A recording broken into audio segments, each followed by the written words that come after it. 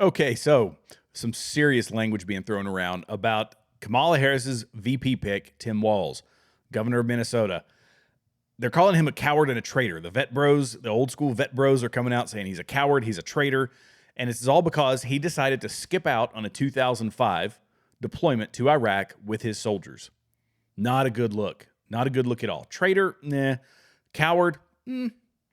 We'll discuss that. The vet bros, I'm going to need y'all to weigh in on it. I'm going to need your comments. Y'all let me know what you think. Also, we're going to talk about the Democrats offering $1,500 for TikTok creators to bash Trump.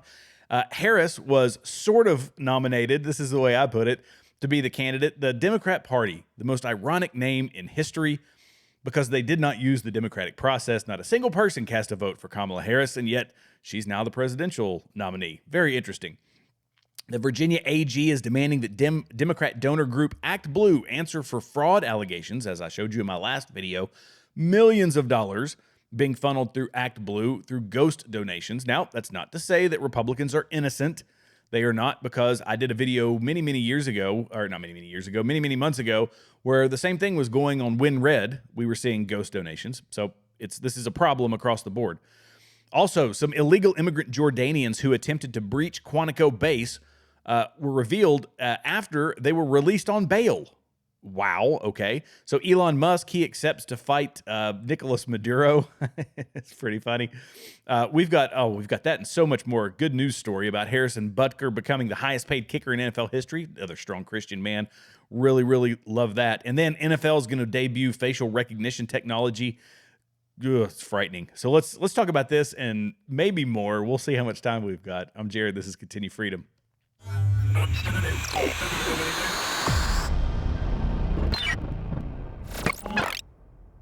Welcome back, all you wonderful Americans, to Continue Freedom. If this is your first time here, welcome. Be sure to like, subscribe, and share this video. Sharing is very important. The liking, subscribing, commenting, all that stuff's huge. Sharing it is great because it gets us outside of the YouTube algorithm. Now, I will also say, if you want to stay tuned to everything going on, go to continuefreedom.com and sign up for my mailing list, and you will be one of the first to be notified when this stuff is available for sale. This is our first prototype of our Freedom mug. We've got several other designs that we're going to have, and then I've got the first version. I didn't even iron this one yet. It's straight out of the bag. My Smoke 'em If You Got 'em t-shirt, because it literally just came today. So I'm getting samples done. We're seeing who prints best, which t-shirts we want to use. This is a fantastic tri-blend, super comfortable, and the sleeves look pretty good too. So anyway, go over there, sign up for my mailing list, and you'll be the first to be notified. And I'll probably throw a special deal in for you guys. Let's go ahead and talk about Tim Walz, Minnesota governor. What do we know about him off the bat? Well, he's a socialist, and he's the guy responsible for Minnesota burning to the ground during the BLM riots. Okay, there you go. His claims to fame. But he was also a 24-year veteran of the Army National Guard, right? So National Guard in Minnesota reached the rank of Command Sergeant Major briefly, but he did not retire as a Command Sergeant Major. And the problem? Well, first off, there's many problems here. One is that he had a conditional promotion to Command Sergeant Major. He did not meet the conditions for that promotion. Therefore, he did not retire as a Command Sergeant Major. So there's problem one. And he's putting this, by the way, on all of his campaign material, was putting it as governor, saying that he was a retired Command Sergeant Major. That was a lie. So he's aggrandizing his military career, and that should be problem number one for most veterans out there. If you're a vet out there and you retired as an E6 or an E7, do you say, yeah, I retired as a first sergeant? No, because that's a lie. You're not going to do that. You're not going to aggrandize your own career. But he did, for political gain, which is the most slithery, slimy of all reasons to do it. But that's what he did. Second off, he says things like, and I'm paraphrasing here because I lost the exact quote, but there's multiple videos out there. You can find them online, where he says people shouldn't be allowed to own the same weapons that I took to war. Well, the problem is he didn't go to war. In 2005, when his unit was given orders to go to Iraq, he very quickly decided he was going to retire and run for Congress. Okay. The problem is he had not met his initial service obligation. So this was not a, if when you sign up for, say 6 years, I'm signing a 6-year contract, which is what he had done. It is the rare occasion where someone reneges on that 6-year contract. Most people are fulfill that contract all the way through so that they get all the benefits and perks of that retirement and of that contract. I.e., it could be a monetary bonus. You know, sometimes they'll say, hey, sign 4 years and you get $10,000. If you don't meet the 4 years, you have to give the $10,000 back, or you might get $30,000, whatever it happens to be. You have to meet the requirements of it. He was willing to give up all the things that he got as part of his 6-year service obligation in order to leave and not have to go to Iraq with his soldiers. Now, does that make him a traitor? No, because he served honorably 24 years of service. He used a slithery paperwork drill in order to get out of a deployment. Does that make him a coward? I think it does. And not just because he didn't want to go downrange and because it would be inconvenient for his political career, which is obviously also a contributing factor. But in a unit, when he sits at the top of the pedestal in that battalion, he was a battalion command sergeant major. And for those folks that don't know, it's the highest enlisted rank that you can have is command sergeant major. There's sergeant major, there's command sergeant major. You could be at a battalion level, at a brigade, division, at a corps, whatever it happens to be. You can be the command sergeant major of the Army, the highest enlisted guy. And so there's different levels of responsibility, but they all carry the same rank, technically. And he was an artillery battalion. I have a special heart for artillery. That red guidon behind me is the one that flew over my headquarters in Afghanistan, because I was a battery commander in Afghanistan with firing platoons all over RC East. And so I've been on the sending side of artillery. I've been on the receiving side. I was a fire support officer for about 5 years and loved it. It was one of the greatest jobs in the Army.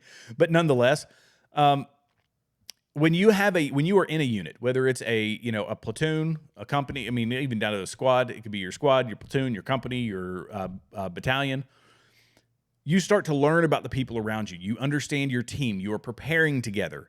You have been training together. You understand people's strengths and weaknesses. You understand communication. You understand where everybody's idiosyncrasies, what those idiosyncrasies are. You understand where people are strong, and so you know which tasks they are going to excel at, and you know where people are weak, and you know where other folks might need to be augmented. There's so many things that go into a military unit, and it becomes a well-oiled machine that is refined over time and through training. And so when you get the order to go down range, the average soldier, leader, your initial response is, I am the person best suited to take my soldiers down range because their survivability will be better under me because I understand how to lead them. If I were to leave and throw in some random Joe Schmo, the survivability of my soldiers is affected. And this is why, when this order came down, the response under any average run-of-the-mill soldier who loves their country and loves the people in their unit is going to say, well, I have to go. Of course I have to go. Nobody knows my soldiers like I know my soldiers. Let's roll up my sleeves. This is going to suck, but let's go. Because I volunteered to do this. That was not Tim Walz's response. Tim Walz's response was, my political career is far too important to me. So the survivability of my soldiers is less important to me than politics. Does that make him a coward? Yes, I believe it does. Does that make him a traitor? No. Because he used a paperwork drill. He didn't meet the service obligation. So he didn't retire at the same rank, at the highest rank that he achieved, because he didn't meet all the criteria to keep that. But I mean, people paperwork drill it to get out of the military all the time. But he cut everything short. This showed an act of desperation to not have to go downrange. As a result, and I won't say as a result of his actions, but I will say that this was not a simple combat deployment because 3 soldiers in his unit perished. I will say that in the, I'll play a video here. This is from one of his biggest detractors. It was the guy who actually took over for him, and I'll play the first little bit. But, I will say that back in 2005, in this time frame, artillery units weren't shooting artillery. Artillery units were acting as maneuver units. I don't know if that's necessarily what they did, but by and large, we don't need to be shooting artillery in the middle of Baghdad, so very few artillery units were actual artillery units. They were rolling around on patrol, just acting like infantry units or MP units, or had alternative mission sets that they were doing. That would lead one to believe that this is what happened with this particular unit, but let's listen to this. He's back again to wage a public war of words against Tim Walz. He abandoned us, what the hell kind of leader does that? He just, as soon as the shots were fired in Iraq, he turned and ran the other way and hung his hat up and quit. We'll get to Barron's new message for voters in a moment. But this all starts years earlier when Barron says Walz' misleading statements about his military service first led him to come forward in the fall of 2018. So you try to get this message out, but Minnesota's largest newspaper checks it out, says it's 100% true, but yet refuses to print. When I hung the phone up, I said, what the hell is this, North Korea? Back in 2005, a warning order went out to the 1st Battalion, 125th Field Artillery to mobilize for a mission to Iraq. At the time, Walz served as the unit's highest non-commissioned officer, but months later, Walz would retire from the Guard, avoid the deployment, and run for Congress. Tom Behrens was next in line for the position and was asked to take his place. I was like, well, for Pete's sake, if this guy quit, and if I say I'm not going to do it, I mean, what the hell kind of leadership is that? If a company would say that we're going to deploy to Iraq or somewhere and you're going to be gone for whatever amount of time, and then the foreman just says, no, I'm not going. I mean, what does that say to the 500 people that work in that factory? Behrens would go on to serve in Iraq on a nearly 2-year deployment as a command sergeant major. All while Walz began using that title as a congressman. Behrens says he first contacted Walz with his concerns, sending these letters to Washington. They all went unanswered. But then we fast forward to the election in 2018 in Minnesota, and you try at that time to get people's attention with this story and also with what seems to be a very misleading statement that he continued to make about his service. It kind of just sat there. You know, when he was a congressman, he bragged that he was a command sergeant, retired command sergeant major. I'm the highest ranking person ever in the House, and all this lie that he was telling. The state of Minnesota came out after 2018, after this was exposed, and they said, well, he can say that he served as a command sergeant major, but he can't say he's a retired one because he's not. And that's what he was saying. And he was saying that, and there was lots of lots of cards coming in the mail, for him to be elected. They said right on there he's a retired command sergeant major, just tooting his own horn, just hanging on the coattails of people that actually are command sergeant majors that went through all the process and put all the time in. A spokesperson for the Minnesota National Guard said Walz wasn't able to retire as a command sergeant major since he failed to complete coursework and requirements related to the rank. Verified documents show the Army corrected his service record. Walz was reduced in rank to an E8 Master Sergeant after retirement and his conditional promotion. Alpha News again asked Governor Walz if he's using the command sergeant major rank on his campaign website for political gain this year. A spokesperson said this has been in the news before and pointed us to a past story where Walz said, quote, normally this type of partisan political attack only comes from one who's never worn a uniform. It's stolen valor is really what it is. I don't know of anybody else that's done what he's done, but we called it the truth about Tim Walz. In 2018, Behrens gave the story the full court press. We, retired command sergeant majors of the Minnesota National Guard, feel it is our duty and responsibility to bring forth the truth as we know it concerning his service record. I put together information on it and I sent it out to every single radio station and newspaper and TV station I could in the state. The bottom line in all of this is gut-wrenching and sad to explain. When the nation called, he quit. Twin Cities TV stations and the Star Tribune were silent, even after Behrens says the newspaper checked it all out. The Star Tribune endorsed Walz in 2018 for governor. Between lockdowns, riots, unchecked crime, and a charred police precinct, Behrens felt he had no choice but again to come forward. Allowing that to be burned down was just like having the Alamo get burned down. It's like, no, you defend that to the last man. If he would have went to Iraq, he'd still be hiding under his desk over there, because that's just the cowardice that I seen portrayed with him. So how, when he also comes out and he calls you guys 19-year-old cooks? I'd take any 19-year-old cook before I'd go to war with him. I don't know. How in the world, 19-year-old cook? Well, it shows you what great respect he has for soldiers. There's nothing wrong with being a 19-year-old cook in the United States Army. Because even a 19-year-old cook is going to go downrange and do his thing, and that's more than we can say for Tim Walz. So yeah, this is a guy who did this for political expediency. It worked in his lies still work in his favor when you have a media that covers for him. And as you saw in that report, it's pretty shameful. If you want my honest opinion, it's pretty shameful And as a veteran, just your military career is enough. What you've done is enough. In my military career, I will use a personal, I guess, an example. I only made it to the rank of major in the U.S. Army, and I was a major in active duty. So I spent 10 years as a major, all because I prioritized my civilian career over my Army stuff. I waited too long to go to schools. It was me dragging my feet on certain things, balancing between the reserve side and the civilian side.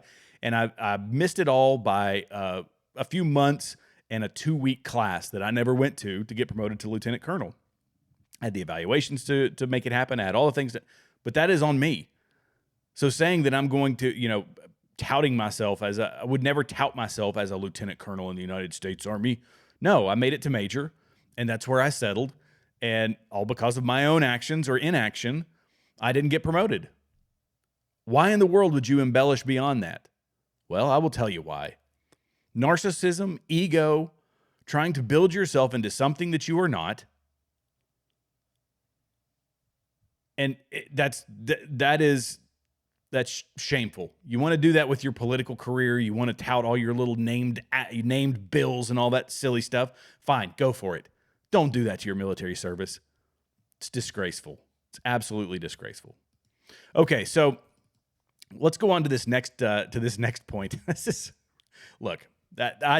2 points I'm going to make on this. So this was revealed because the Kamala Harris super PAC was paying OnlyFans stars to make videos, and they accidentally asked a gay Trump supporter, male, to create an ad.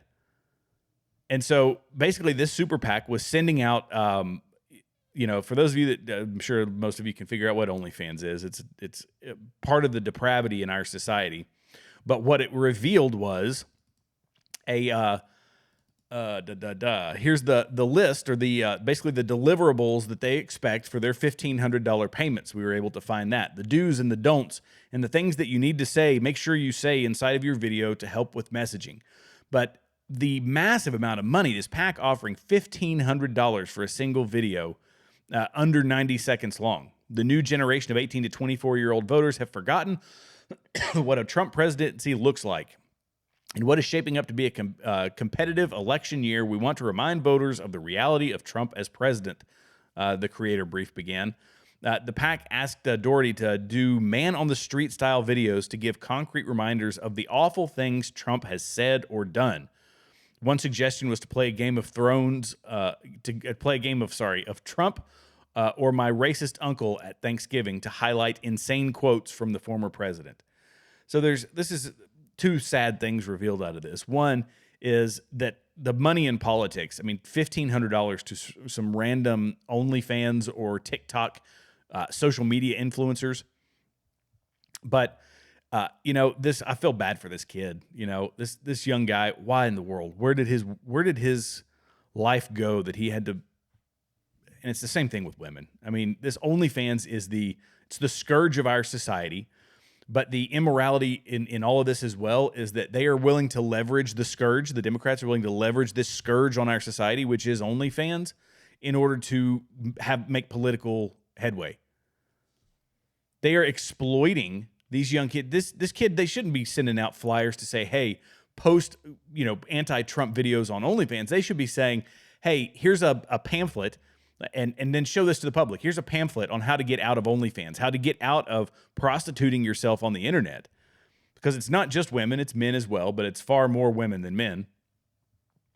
And then the kind of the comedy behind it was that they assumed because he was a gay OnlyFans person that he was going to support the Democrats, and in fact, he's a Trump supporter.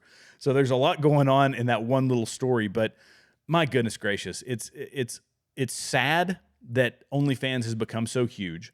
It is sad that young men like this young man, believe that this is a legitimate way to live their life and to have a career. And it's sad as well that the Democrat Party is willing to pay them $1,500 essentially to prostitute themselves for the Democrat Party. It's so shameful. It's so shameful. But for a party that doesn't believe in the democratic process, are we really all that surprised? Are we really all that surprised? So Harris, Vice President Harris on August 2nd earned enough votes from the Democrat delegates to secure the party's nomination for president. Democrat National Committee Chair Jamie Harrison said on August the 2nd, "I am so proud to confirm that Vice President Harris has earned more than a majority of votes from all convention delegates and will be the nominee of the Democratic Party following the close of voting on Monday." The DNC began its early virtual roll call of delegates at 9 a.m. on August 1st to nominate its candidates in time to meet ballot certification deadlines in multiple states that occur later this month. The virtual voting process does not end until August 5th, but Harris has met the delegate threshold needed to secure the nomination. This is why I say that the Democrat Party has the most ironic name in history. Oh, we're the Democrat Party. We're all about democracy, democracy, democracy.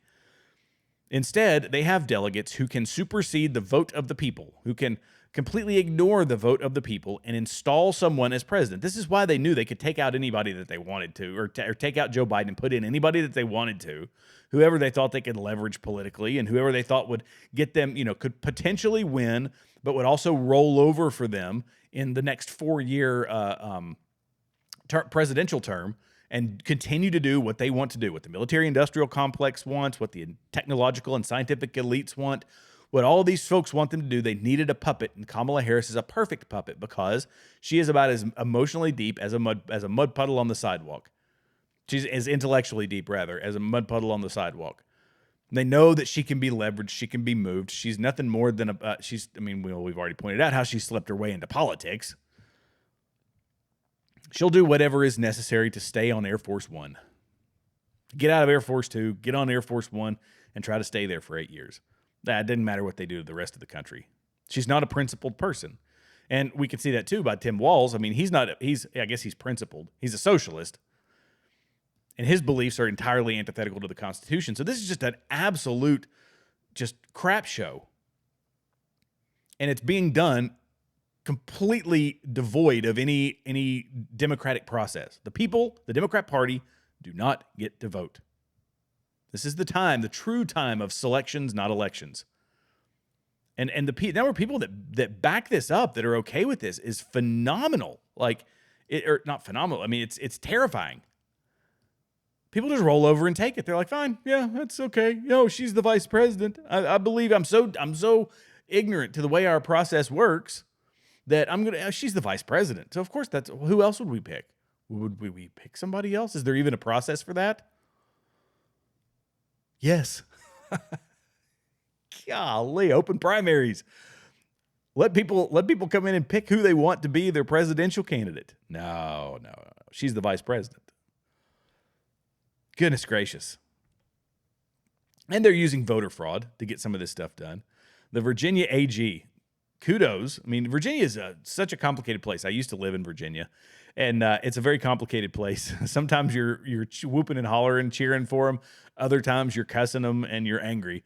But the Virginia Attorney General Jason Mayaris is demanding answers about allegations of fraudulent donations from ActBlue, a donation platform for Democrat politicians. In a letter sent to ActBlue, Mayaris said, "My office has become aware of multiple serious allegations that ActBlue, ActBlue Civics, Inc., and ActBlue Charities, Inc., together ActBlue, have engaged in fraudulent, deceptive, and or otherwise illegal activities in the Commonwealth of Virginia, and or have aided and abetted others in doing so.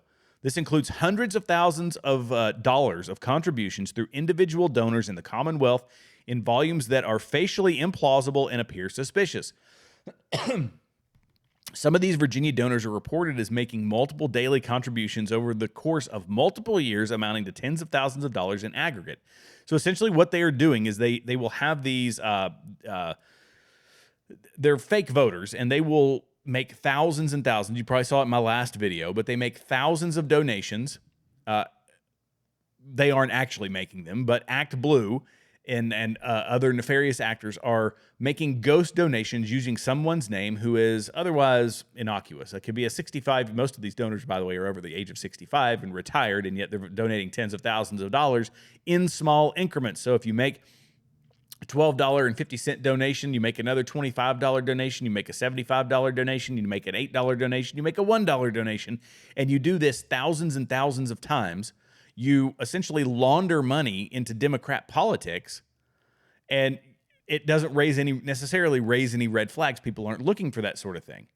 However, the internet sleuths are noticing it. Now it's gotten passed off to the Attorney General of Virginia, and he is saying, now you all are going to have to answer for this in Virginia. And between him and Glenn Youngkin, maybe something will come of this. Maybe there will be, and this is a hotbed of it, by the way, because Virginia, obviously right next to D.C., a lot of D.C. loyalists up in Nova, Northern Virginia. So this is obviously suspicious, and it happens on both sides. I will say that I've seen some ghost donations. There's much fewer, or far fewer ghost donations on WinRed than on ActBlue. But nonetheless, it is happening, and it has to be quelled. We have to stop this because these, the video I showed you last week, was a 65-year-old retired school teacher, her and her husband. And she had apparently donated a total of $17,000 over the course of several years when she had maybe donated a few $100s. This is just spoofing people. This is fraud. And this is wrong. This is absolutely wrong. Now, something Virginia got wrong. Good gracious. Quantico, Virginia. Check this one out. So, here we go.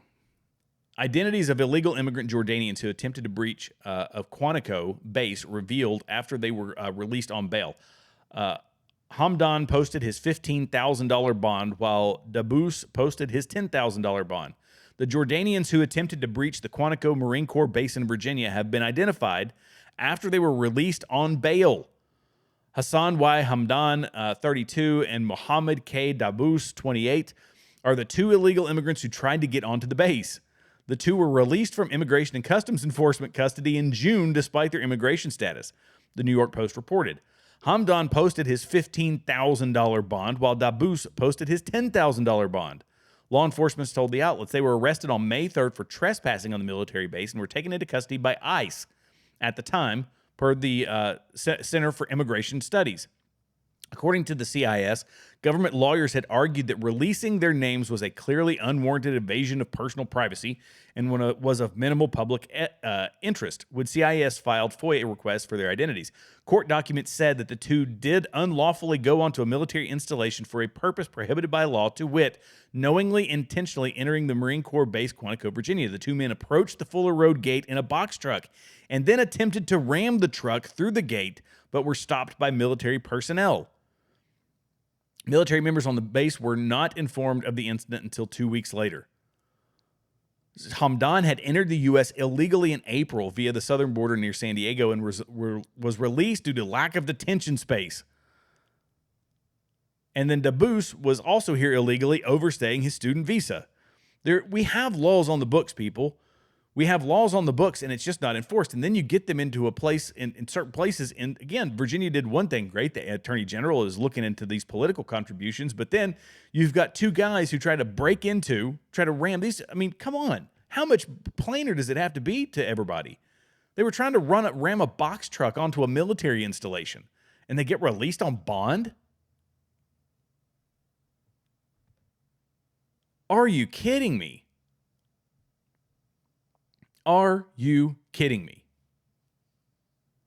But this is the state of politics in America. This is the state of immigration in America. You get all it takes is some leftist folks in local areas, and they can have a terrorist and lose a terrorist. Have a terrorist, bail a terrorist out. Holy moly. I mean, we've got our own problems as it is. We got big enough problems with this Bronx. Here's a Bronx prosecutor. Let me pull that up. A Bronx prosecutor resigns after being filmed by anti-pedo group trying to meet 13-year-old boy he lured online. We've got child predators in our own society, and people. This is why I say that, bringing in additional criminals, like the two guys we just talked about, we've got our own problems here. We've got our own law enforcement issues here. We have our own evils to deal with in our own country. Bringing more people in is only putting our citizens at additional risk, especially when you talk about bigger cities like New York.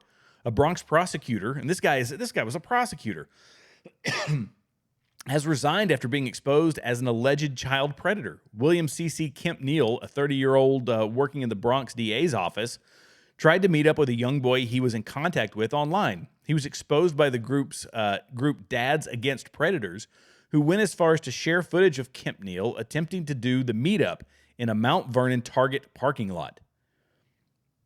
Kemp Neal can be seen in the footage as he's approached by the Dads Against Predators. They ask if he is Marcus, and Kemp Neal takes off. In the Bronx DA's office, Kemp Neal handled assault, harassment, and child endangerment cases, ironically. He earned nearly $85,000 per year in that position per the New York Post. We've got our own predators. We've got our own evils in America. And people like this is why I'm entirely for the death penalty for child predators. I see zero problem with it. Now, the next thing that we're going to talk about, when we talk about AI, we talk about technology, we talk about all the creepy things going on out there. This one really got me. And I sometimes I don't know exactly what to think about it, because this is how we're going to end up in a Mark of the Beast situation, if you ask me.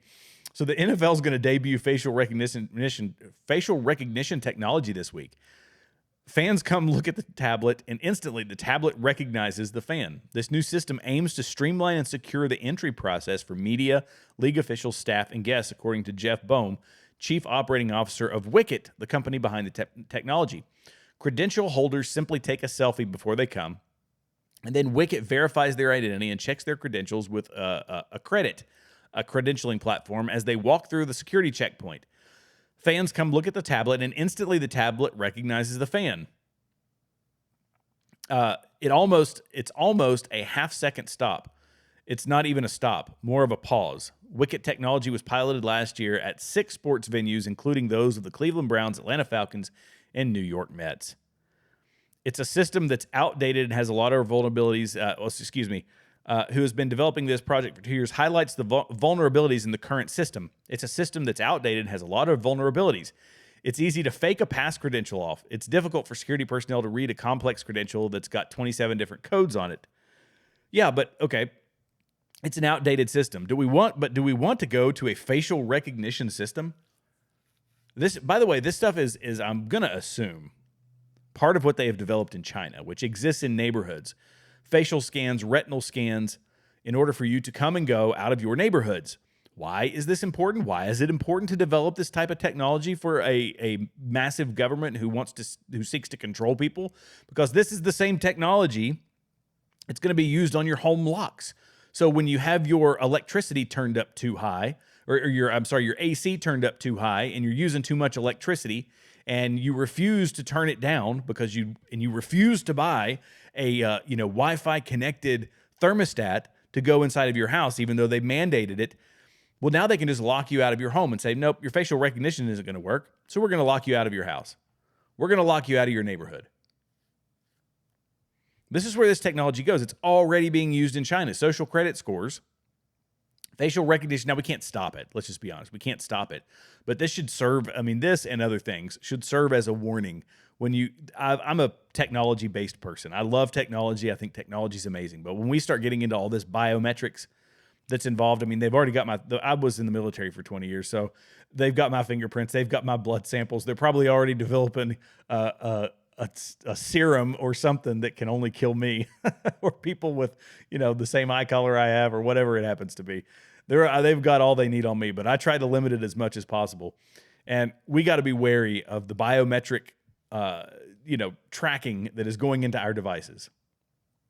We already know that this is, this has been used time and time again against us, even though it's a convenience. We get the little smart boxes that we can talk to, our Alexas and our Googles, and we know for a fact that those things are running all the time. If they need to, they can listen to exactly what you were talking about in your house. They can create a transcript of every conversation in your house.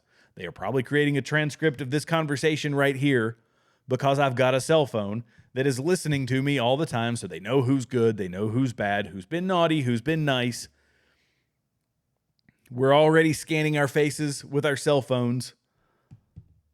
Limit it wherever possible, people. Limit it wherever possible. Now, some good news out of the NFL. This is a great thing.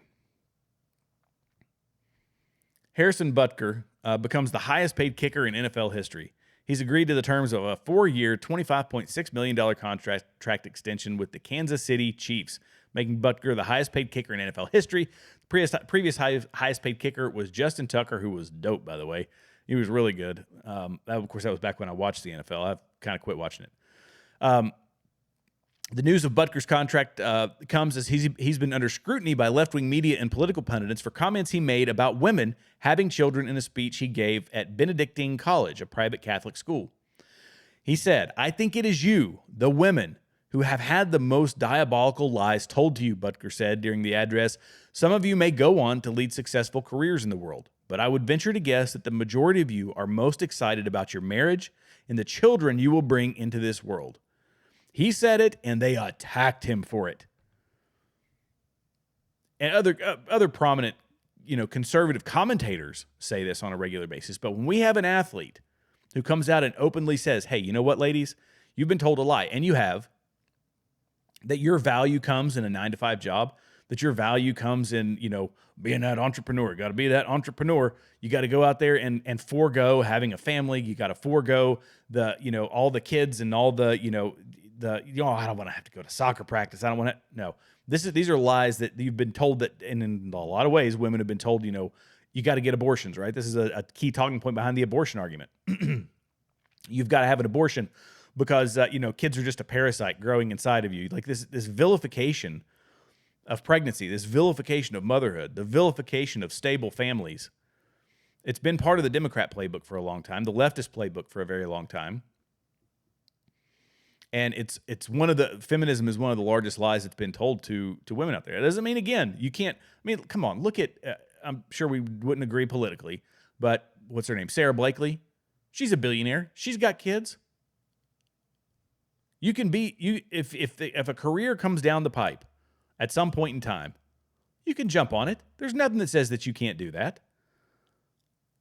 But foregoing motherhood, that's been a lie, man. Ladies. And I hate it. It's what leads to this OnlyFans stuff that I was talking about earlier. People think they got to sow their wild oats and you got to do all this crazy stuff. It's all about that money, right? And then women start exploiting their bodies for monetary gain. And whether you do that on OnlyFans or you do that in corporate America, foregoing motherhood it's destroying our society, first off.